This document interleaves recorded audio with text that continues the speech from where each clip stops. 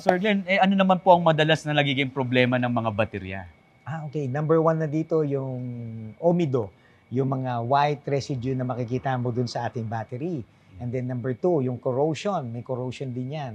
Ito naman yung nasa mga puno natin o yung pinagkakabitan ng ating negative battery na grounding area.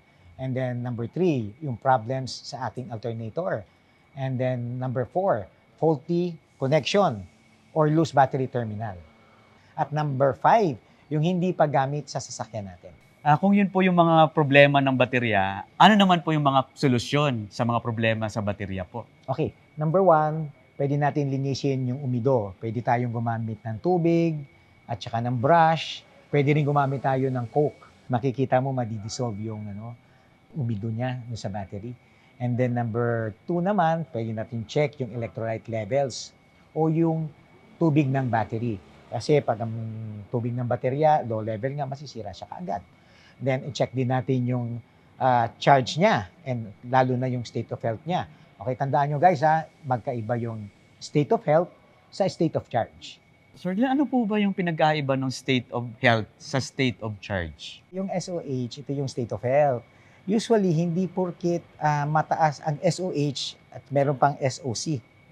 Yung state of charge naman, hindi porkit mataas ang ating charge, mataas na rin ang ating state of health. Okay? Ang state of health kasi parang ito yung parang pinaka-overall health niya. Na kung tatagal ba siya o hindi. Usually talaga dapat nasa 70 to 80% above siya. Okay? Yung state of charge naman, minsan kahit na mataas yung state of charge niya, pero mababa na rin yung state of health.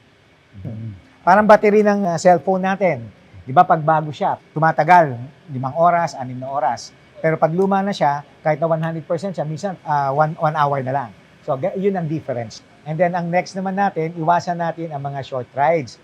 Ang mga short rides kasi, ang nangyayari is hindi natin na-fully charge yung ating battery. Same with our cellphone. Charge mo lang sandali. Parang gano'n Kumbaga, ang charging time niya dapat 1 hour. Ang cellphone mo, charge mo lang ng 30 minutes. So, mas maganda talaga, kahit na sa battery ng sasakyan, magamit natin siya ng longer.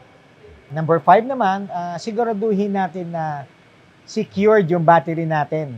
O kaya nakakabit siya ng tama, nakabolt siya ng tama, napakalaking bagay niya. Bakit? Pwede kasi lumiko ka ng mabilis, baka malaglag siya o mawala sa pwesto, tatapon yung kanyang tubig. Pag tumapon yan, can cause corrosion na sa paligid.